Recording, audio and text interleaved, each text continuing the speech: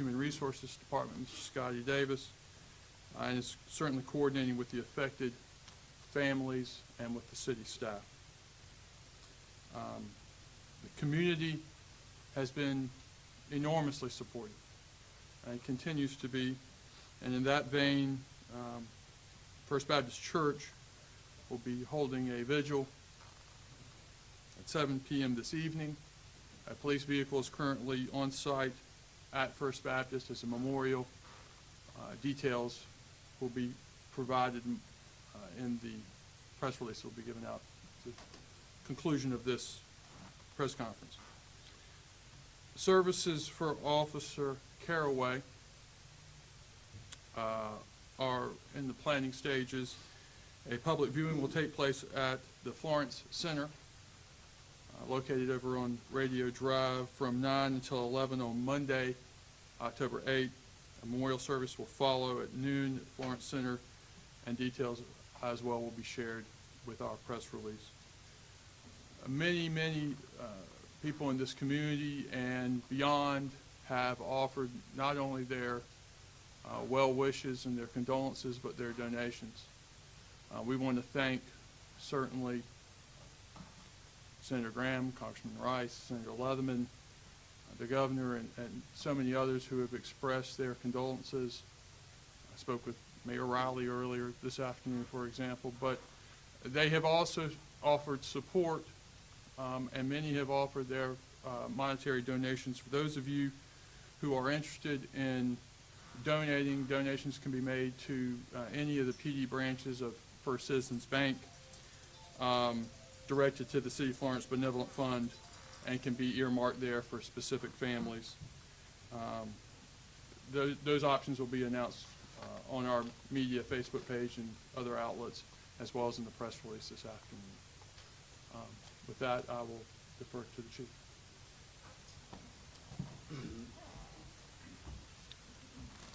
Ladies and gentlemen, again, I'll ask you to bear with me, as this has been a very tragic and devastating time for the Florence Police Department and for the officers of the Florence Police Department. I can only echo what the mayor said about Terrence, my friend, my brother Terrence Carraway. He was a first-line supervisor with the Florence Police Department of almost 31 years. The 28th of this month would have been 31 years. I sat on his review board to hire him with the police department. We've been friends for 31 years. It is a tragic loss of life for me. The mayor spoke to Terrence's character and the type of person that he was. He was the epitome of a community police officer. He loved this community. He gave it his all. With more than 30 years, he didn't have to do this job. But this was his life, and this is what he wanted to do. And serving Florence was his passion. The mayor spoke to the officers' conditions. One serious but stable condition right now. Two that, as he said, released with non-life-threatening injuries. However, they will be scarred for a long period of time. We have crisis counselors from all over the state of South Carolina. We have crisis counselors from other areas of this country and the federal government who are offering up their time to come and assist us. We have a long road to go here. But those cops put their badges on every single day, and they know what tragedy could await them. They kiss their wives, they kiss their husbands, they kiss their significant others with the thought that they're going to return, but they're going to protect the city. They're going to protect the public.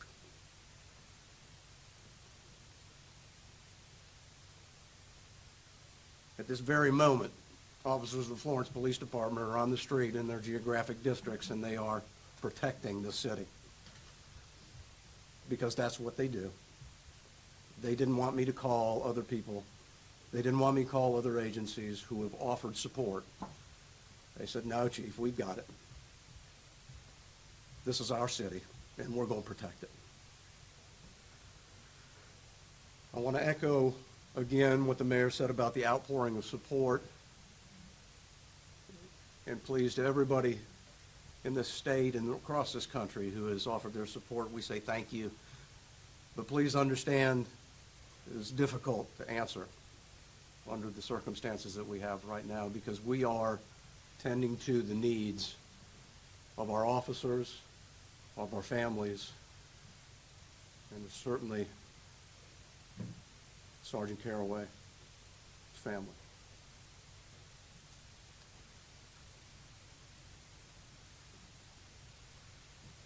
Okay. I'll take any questions that you may have. Chief, can you tell us if you've been called to that house before, if your officers tried to respond to that house multiple times? Understand that this was, from the Florence Police Department, this was outside of our jurisdiction. We were responding as mutual aid to the sheriff's office. And let me say that they have 3 officers that were also struck by the gunfire, and that they performed more than admirably. And I do not know all of their conditions, other than to tell you that we are continuing to pray for them. But go ahead. What were your officers doing at the time when they got the mutual aid call? Were they all in the same location, or did they come to the house from different locations? Yeah, they came from different locations. These are officers, in fact, one was off duty. It was close to 5 o'clock, and I was walking up the stairway of the back stairs of this building, and he was leaving for the day. And we exchanged some pleasantries, and I told him to have a great night. He didn't know that about 5 minutes later, on his way home from work, that his call would come out and he would be involved in the situation. Yes, they were coming from all different areas of the city, off duty, on duty, officers who were working off-duty jobs. It's how we respond to incidents. And we were the closest backup officers for the Florence County Sheriff's Office at that time. Can you say anything at this time about the weapons that Mr. Hopkins had? Yeah, I'm not going to comment on that. That's going to be in regards, that's going to be the investigative authority that will do that. Is there a reason why Fred is not leading the investigation? Say that again? Is there a reason Fred is not leading the investigation? Again, this is outside of the city limits of Florence, and the, Yeah, I'm sorry to interrupt it. You know, what's important to understand is this was the Florence County Sheriff's Department responding outside of the city limits. We went there to support the Florence County Sheriff's Department as they would have for us. The investigation and the direction of the investigation, who's involved in the investigation, is completely outside of our jurisdiction or our control, and really we don't know very many of the details of the investigation for that reason. So we were certainly involved in that respect, but beyond that, we really don't have much knowledge, and we're kind of just tending to our own. Chief, can we get the names of the other officers in your department who were shot? yeah, and we're going to release that at some point, but right at this particular time, the officers that have been released and the officer's family that is still in the hospital would like us to hold off on that, and I'm going to respect those wishes. Chief, generically, can you talk about a timeline? This was a sheriff's department operation that somehow went bad, and then you guys were called in as backup? I know that a lot of this will have to come from the sheriff's department at some point, but as generically as you can you kind of go through some of the timeline for us? From the information that I have, our officers, and all I can respond to is how our officers became involved, and that was that they were dispatched to back up officers from the Florence County Sheriff's Office who were under gunfire. And basically, that's as much as I have at this point in their response, and they were providing that backup to them. Understand there was no idea where the gunfire was coming to when they got into that area. Do you know at this point if your officers Sheriff Officer Carraway and your other officers were involved in a rescue attempt for these deputies when they were fired upon? Or did they basically just drive pulled into an officer-involved shooting incident and found themselves caught up in it? Yeah, you know, I can answer some of that, but again, that's part of the investigation, and I'm going to let the investigative authority that the sheriff's office has contacted answer that. Chief, was Sergeant Carraway shot in his patrol car? It is my understanding that he was not. Can you speak to, in just speaking with a senior official with direct knowledge of the investigation at the scene, and as he sort of explained to me where the patrol cars were, where Sergeant Carraway was, where the blue unmarked Crown Victoria was, it surprised me as to how far back from the house they were, that they took that incoming fire. Can you speak more to that? Again, I don't want to give up any details of this investigation, and I don't know, me speaking to that would compromise anything, and I promise you, I am not going to do anything that's going to compromise this investigation in any way, shape, or form.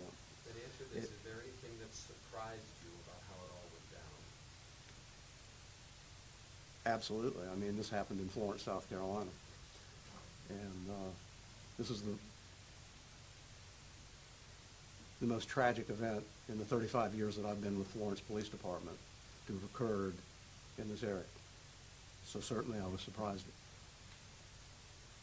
that there was an incident of this nature. I will tell you, when you talk about a vehicle, that that one of my officers was struck while he was in the vehicle. Can you comment at all about the condition of the suspect? I cannot. What was the mood amongst the department this morning, reporting to duty? Well, they're obviously distraught, but they were with great resolve to protect this community. We are reaching out to all of our officers, and we will be providing not only crisis counseling, but a chief and command level briefing for them so that we can ensure that they understand the events as they took place, and that some of the things that they see maybe on social media, that we debunk some of the things that they're hearing. And we're going to be doing that today. Chief, I know this was a sheriff's office case, but can you speak about the nature of the warrant that was issued? I can't. I certainly can't. That would have to come from the sheriff's office. I'm sorry. Chief, you know that vehicle that was used, is it a city vehicle? Can you hang on just a second? She's been waiting for. Thank you. I have two questions. Have you spoken with Carraway's family and Brianson yet? Have what? Have you spoken with Carraway's family and Yeah, Brianson? I'm actually going over there after this to spend some time with them. I was with them last night. And you were told that he was named Officer of the Year in 2004 here, like starting a camp for children. What else can you think of that's most memorable? Of him? Yeah. I've got a multitude of memories. We were, certainly the camp is, he was involved in starting of the Camp Fever, which was a very excellent camp for disadvantaged kids. And he had a passion for kids, and I think that's what stuck out with me more so than anything else, was his passion to see kids in impoverished areas have an opportunity to do things that maybe they might not ever have an opportunity to do. As the mayor said earlier, this was a guy that laughed all the time. He was a giant of a man, but he was the proverbial gentle giant. And I loved him. Did your officers know going in the type of firepower they were facing, and whether they did or didn't, would it have altered their actions if they had? You know, it's tough to talk about to that point. It's my understanding right now that they didn't know the level of firepower that they were going into. However, I can tell you, when an officer is taking fire, they're going to do everything that they can to get to that officer and get to the citizens that are in the crossfire, to rescue them, to save them, and to protect them.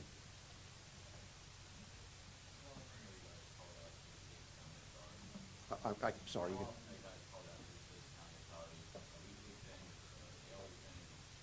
You know, it's periodic because we have in South Carolina some unique boundaries of jurisdiction. So sometimes there's pockets of county jurisdiction that are contained, encircled by city. So in a lot of those cases, we're called out frequently. But understand that the county reciprocates. They have jurisdiction throughout the city of Florence also. Whenever they're listening to their radio and they hear a severe call come down and they're close to them, they're backing us up. Chief, the MDOT vehicle that went in to defuse the situation, is that a city vehicle or is that a county vehicle? The what now? The assault vehicle? No, that's a county vehicle. Yes. And this may be a better question for the county, but from your standpoint, how critical is it that you have access to equipment like that to aid in your officers' defense and bringing resolution to these types of situations? I think it's very critical, and it's why we have the mutual aid agreements with multiple agencies, because we share in those types of equipment when necessary. And we have those avenues. If we don't have a vehicle, the sheriff's office does. If they don't have something and we have it, we're bringing it to them. So it's what we do in law enforcement. Chief, there was the time period between getting that vehicle in there and being able to extricate and then safely. How long was it before your officers were able to be removed from the scene? I can't give you an exact time. I can tell you that I was out there and it seemed like it was forever, but it was not. Do you have a frame of 30 minutes? from the moment in which they were wounded until you were able to? Again, I'm just grasping at a time. I'm unsure. So, I would guess 30 minutes. okay. But I want to make sure I'm understanding, 30 minutes from the moment they were wounded until they could be taken out, right? Yeah, again, that's the only answer I can give you.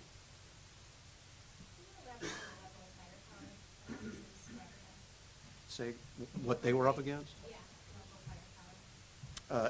You know, again, and I think that question was asked previously, but that's probably something that needs to come from the investigative authority. When did you get on the scene? At what point were you able to get to the scene and be there for your officers? We were there within a matter of moments after the situation took place. I would guess I was on scene 5-6 minutes after the incident occurred. We'll take maybe one more, and then we've got a press release for y'all. Did your officers return fire before they were injured? That is still being investigated. Our officers were involved in gunfire with that suspect. Whether it was the ones that were struck, we haven't gotten that far yet. Thank you.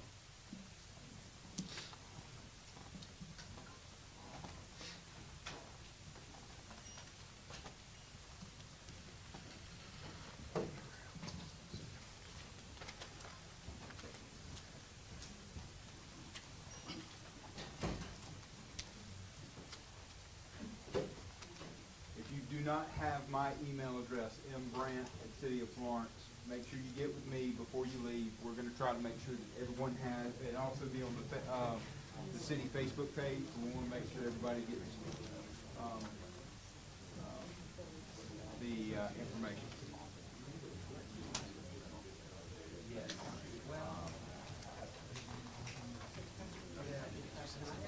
I'm sorry, man. I'm a hat rack, and then this is.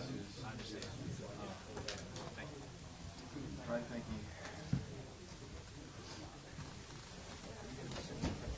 Yeah, it'll be from either myself with the police department or with the city. It'll come from cityoflorence.com. Also Facebook. I do not know. There are actually contacts, maybe out in the hall. I may give you a timeline from there. Technical.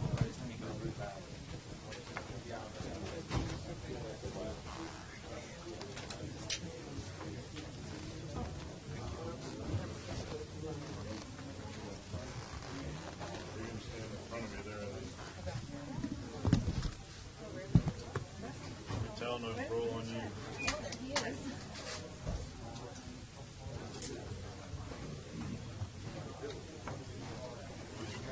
You got one in your mind? Working on it.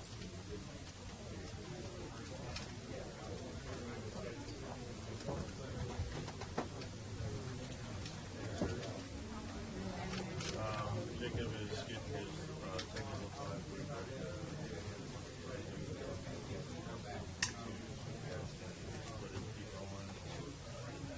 What else? He'll be doing take a whip here in a second.